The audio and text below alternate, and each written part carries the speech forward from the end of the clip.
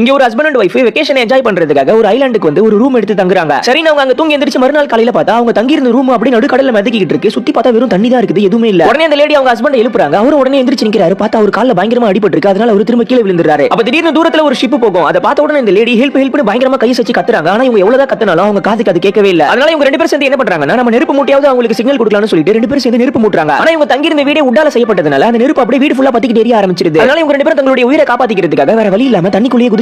அதுக்கப்புறம் கொஞ்ச நேரத்திலே பார்த்தா அந்த வீடு அப்படியே முழுசா எரிஞ்சிருது. அதுல மிஞ்சின ஒன்னு ரெண்டு உட்ல தான் இவங்க ரெண்டு பேரும் அப்படியே புடிச்சிட்டு மிதக்கிட்டு இருக்காங்க. அங்கேயும் உங்களுக்கு என்ன பிரச்சனைனா, அவங்க ஹஸ்பண்டுடைய கால்ல இருக்கிற காயத்துல இருந்து ரத்தம் கசிய ஆரம்பிச்சிருது. அந்த ரத்தத்துடைய வாசத்தினால அந்த இடத்துல நிறைய ஷார்க்லாம் இவங்களை சுத்தி வர ஆரம்பிச்சிருதுங்க. அதனால இவங்க ரெண்டு பேருமே பயங்கரமா பயந்து போய் அங்க இருந்து ஒரு பெரிய பலகை மேல ஏறி சேஃபா படுத்துக்கிறாங்க. கொஞ்ச நேரம் கழிச்சு என்ன ஆகுதுன்னா, ஒரு ஷார்க் வந்து அப்படியே அந்த பலகையை ரெண்டா பொளந்து விட்டுருது. அதனால இவங்க ரெண்டு பேருமே அப்படியே தனித்தனியா போயிடுறாங்க. அந்த பொண்ணு எப்படியோ மேனேஜ் பண்ணி மேலேயே சேஃபா இருந்துறா. ஆனா அவங்க ஹஸ்பண்ட் மயக்கத்துல இருந்ததுனால அவர் அப்படியே தண்ணிக்குள்ளேயே விழுந்துறாரு. அதை பார்த்து இவங்களும் அவரை காப்பாத்துறதுக்காக உடனே தண்ணிக்குள்ள குதிக்கிறாங்க. ஆனா அதுக்குள்ளேயே ஷார்க் அவர் அட்டாக் பண்ணிடுது. அதனால இவங்க பயந்து போய் அந்த பலகை மேலேயே திரும்ப ஏறிடுறாங்க. அதுக்கப்புறம் அவங்க ஹஸ்பண்ட் எப்படியோ அந்த சர்ஃபேஸ்க்கு வந்துறாரு. வந்தவர் என்ன சொல்றாருன்னா, எனக்கு லோவர் பாடி இருக்கிற மாதிரி தெரியல, என்னால அதை சென்ஸ் பண்ணவே முடியலன்னு சொல்றாரு. உடனே அந்த லேடி என்ன பண்றாங்கன்னா, ஒரு சின்ன பலகை எடுத்து அப்படியே துடுப்பு போடுற மாதிரி போட்டுக்கிட்டு அந்த இடத்தை விட்டு இப்படி நகர்ந்து போயிடுறாங்க. இப்ப அப்படியே நைட் ஆயிடுது. அவங்க ஹஸ்பண்ட் எழுப்பலான்னு பாக்குறாங்க. பார்த்தா அவர் எந்திரிக்கவே மாட்டாரு. என்னடான்னு பார்த்தா ஷார்க் அவருடைய லோவர் பாடியை ஃபுல்லா கடிச்சு சாப்பிட்டு இருக்கும். அதனால அவர் இறந்தே போயிட்டு இருப்பாரு. அதை பார்த்து அந்த லேடியால தாங்கிக்க முடியாம அவங்களும் அங்கேயே மயங்கி விழுந்துறாங்க. அதுக்கப்புறம் மறுநாள் காலையில கண் முழிச்சு பார்த்தா அவங்க ஏதோ ஒரு ஐலாண்ட்ல கரை ஒதுங்கி இருப்பாங்க. கொஞ்ச நேரம் கழிச்சு அந்த இடத்துக்கு ஒரு ஃபிஷர்மேனுடைய படகு வரும். அதை பார்த்த உடனே இவங்க ஓடி போய் அந்த படகுல ஏறிப்பாங்க. இவங்க எவ்வளவு சொல்லியும் அந்த ஃபிஷர்மேன் கேட்காம மீன் பிடிக்கிறதுக்காக தண்ணிக்குள்ள குதிப்பாரு. அடுத்த செகண்டே பார்த்தா அந்த சுறா அவரை கடிச்சு அவருடைய கை அப்படியே தண்ணில தனியா மிதக்குது. அதுக்கப்புறம் அவரே அப்படியே மேல வந்துறாரு. உடனே இவங்க கையை கொடுத்து அவருக்கு ஹெல்ப் பண்ணலாம்னு பாக்குறாங்க. ஆனா ஒரு பயத்துல அப்படியே இவங்களையும் பிடிச்சி தண்ணிக்குள்ளே இழுத்துக்கிறாரு.